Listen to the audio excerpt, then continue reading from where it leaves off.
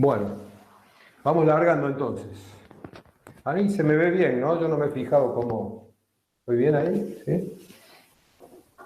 Bueno, Sí, vamos sí, a hablar. muy bien.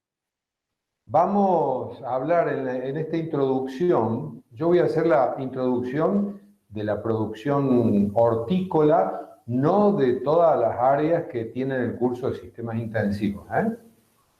Y entonces primero vamos a hacer alguna referencia con respecto a las definiciones y a las estadísticas, lo que es la producción a nivel mundial y Argentina.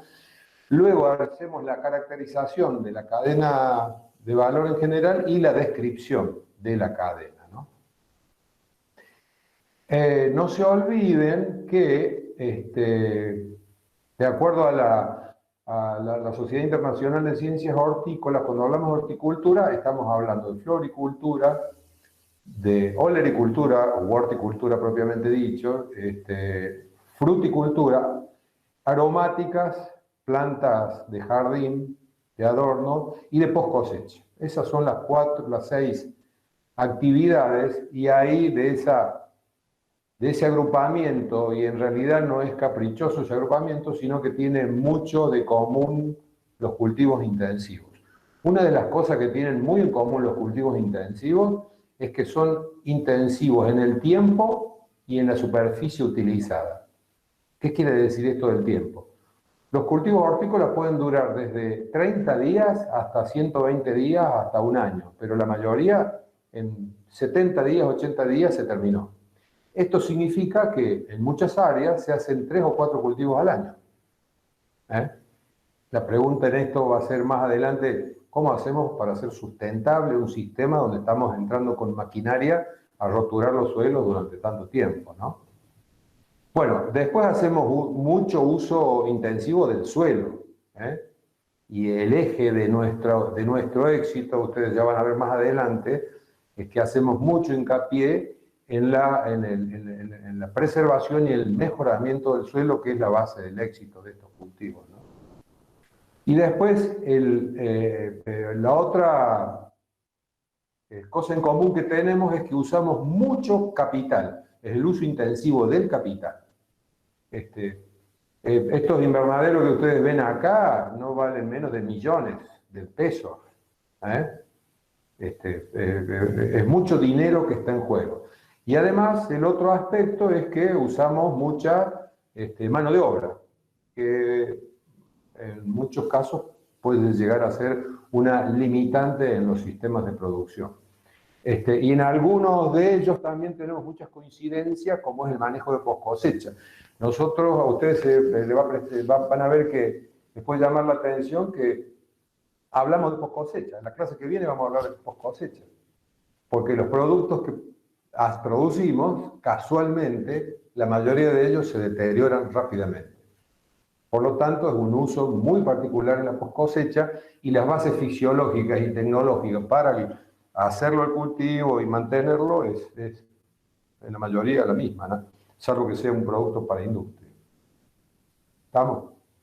Bueno, en las definiciones yo creo que están bastante claras lo que son las definiciones de huerta, de hortalizas, huertas. Acá ustedes están viendo una vista del Cinturón Verde de Córdoba, que es lo que nosotros vamos a centrar en la primera clase. Y acá les puede llamar la atención algo que después en algún momento lo vamos a mencionar. Esto es una huerta, las huertas de Almería, en España. Hay como 50.000 hectáreas de invernáculos para abastecer a toda Europa en contraestación, ¿no? Es increíble esta vista y estar ahí adentro. Bueno, otras definiciones, pero yo me quiero centrar en esta definición como importante, ¿eh? Acá dice, en una mirada más amplia podríamos definir la horticultura como la ciencia, la tecnología y los negocios que confluyen, es decir, todo esto va a confluir en que vamos a tener que producir y después comercializar las hortalizas con destino al consumo fresco sin sufrir profundos procesos previos de transformación, ¿eh? Tales así que puede ser deshidratado, congelado, precocido. De esto estamos hablando nosotros. Es decir, En realidad, nuestro esfuerzo no es enseñarle a ustedes a producir un cultivo determinado, que de hecho vamos a ver 4, 5, 6 de los 50, sino que vamos a estar hablando de cómo nos enfocamos para que ese cultivo que ustedes hagan sea exitoso, porque va a depender fundamentalmente de la atracción de los mercados, porque son productos frescos y ya vamos a ver que son para mercado interno. Entonces, cuando lo cosechamos o lo vendemos o lo tiramos, es un gran dilema. Entonces, hacer un enfoque integral de todo es lo más importante. Bueno, vamos a tomar algunas dimensiones de lo que es el mercado mundial y a dónde estamos parados nosotros como Argentina. Voy a hacer algunas comparaciones. A nivel mundial se producen 1.200 millones de toneladas. Esto lo dice FAO. De 2017 y el 2019 es más o menos parecido. 2018 más o menos parecido. Ahora, ustedes fíjense, China produce casi el 50%, 500 millones de toneladas, y después le sigue India. La pregunta es ¿por qué? Y si ustedes han leído, ustedes van a ver que Argentina no produce más de 8 o 9 millones de toneladas. En realidad, en el mercado mundial no existimos como productores nosotros. El secreto, a ver, yo no le estoy dando, disculpen, no le estoy dando entrada a algunos alumnos, Leo. No sé cómo ¿Cómo? lo... No. Y acá tengo que salir yo del sistema para darle entrada. ¿Te aparecen ahí a vos? No, no me parece. No, no. ¿Y qué Sí, hago? Sigo nomás con la sí, clase. sí. Tiene que salir de compartir pantalla y seguramente le va a salir. Y después vuelve a compartir pantalla. Bueno, a ver, vamos a hacer una... Vamos a dejar de compartir pantalla. Ahí había algo.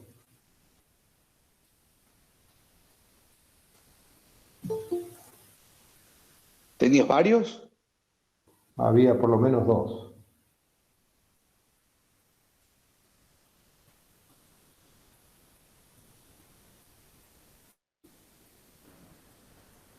Bueno, y ahora, ¿cómo hago para presentar? Ahora, ¿cómo vuelvo a presentación?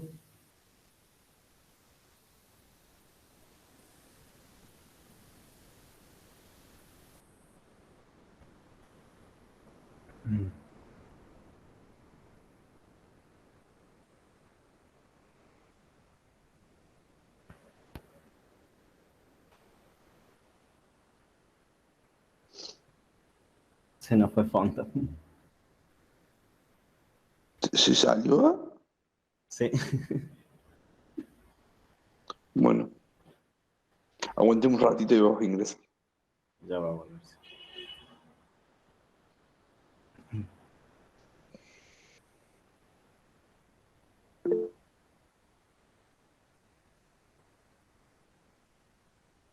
¿Estamos, Héctor? El micrófono. Pero tengo que poner presentar pantalla de nuevo. Sí. Sí. Ahí está. Ahí estamos. Bueno, estábamos hablando de producción mundial, 1.200 millones de toneladas. Para que India, entre India y China tienen como 700 millones de toneladas, así que están más del 50% de la producción ellos dos. Mientras que Argentina tiene 8 millones de toneladas. Es decir, producimos menos del 1%. ¿Y cuál es el secreto de esto? En realidad, la producción hortícola, el 95% de la producción hortícola es para consumo interno. Por lo tanto, la superficie cultivada, como así también los volúmenes de producción, están en directa proporción al mercado de consumo. Mientras más grande sea el mercado de consumo, más superficie va a haber, en términos generales. Esa es la razón por la cual vamos a ver este tipo de estos niveles de producción. Y además, vamos a ver que China es el principal exportador. Claro, de la cantidad que produce, exporta el 5% y hace de 8.000 millones de dólares de exportación. Y le siguen los tradicionales líderes de la exportación, que son Holanda, México, España y Canadá, ¿no? Mientras que el mayor importador es Estados Unidos, especialmente de México y de otros lugares, pero de México, con 9.000 millones de dólares, ¿no? Para que se den una idea, vuelvo, Argentina en su totalidad produce, la facturación estimada es de 3.000 a 4.000 millones de dólares de producción para consumo interno prácticamente, mientras que China exporta 8.000 millones. Miren la diferencia, ¿no? Y hay una parte, el 70% de la producción va a mercado fresco y hay un 30% que se destina a la industria, y esto es importante mencionarlo porque cuando vayamos a conocer los cultivos y a desarrollarlos, una cosa es un enfoque para el mercado fresco, que las mercaderías tienen valor para mercado fresco, que son normalmente mucho más altos que los valores que tiene la mercadería para industria, que son commodities. Hay una diferencia muy grande entre una commodity, que vale muy poco, que lo que es un producto fresco, ¿no? Pero en ese sentido el mercado se mantiene o es interesante en los productos congelados, especialmente liderado por Bélgica, que produce prácticamente el 30% de los congelados y es el mayor exportador, liderado con el tema de la papa prefrita congelada, que es lo que ha sido el boom, ¿no? A nivel mundial. Y después el resto de las hortalizas. Bueno, miren la situación de Argentina. Si decimos que hay entre 1 y 1,5 puestos de trabajo por superficie, si tenemos 200.000 hectáreas, 225.000 hectáreas de producción, estamos hablando de 300.000 puestos de trabajo a nivel de campo, ¿no? Miren si desde el punto de vista socioeconómico es importante, y esto es en economías regionales, otro valor adicional. Obviamente que las principales producciones están en los cinturones verdes de Córdoba, de Rosario, de Buenos Aires, pero Mendoza, Río Negro, Salta, Jujuy, todo el país tiene importantes cantidades de producción, ¿no? Obviamente destinamos el 95% al mercado interno y exportamos 5%. El valor de la cadena está entre los 3.000 y los 4.000 millones de dólares, ¿eh? Acá a lo mejor está la valoración que estamos haciendo de los 62, el peso 62 de hace 3 o 4 meses atrás, ¿no? Y el valor de las exportaciones están en alrededor de 270 millones de dólares solamente. Especialmente ajo y cebolla es lo más interesante.